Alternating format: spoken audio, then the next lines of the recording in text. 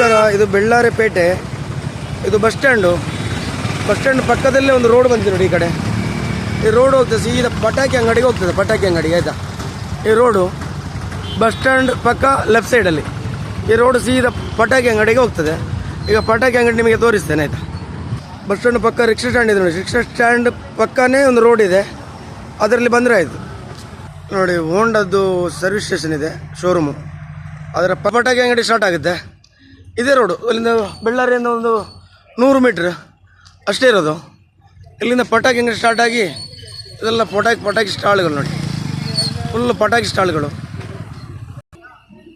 ವಿನಾಯಕ ಪಟಾಕಿ ಸ್ಟಾಲು ಬೆಳ್ಳಾರೆ ಪಟಾಕಿ ಅಂಗಡಿ ಸ್ಟಾಲ್ ನೋಡಿ.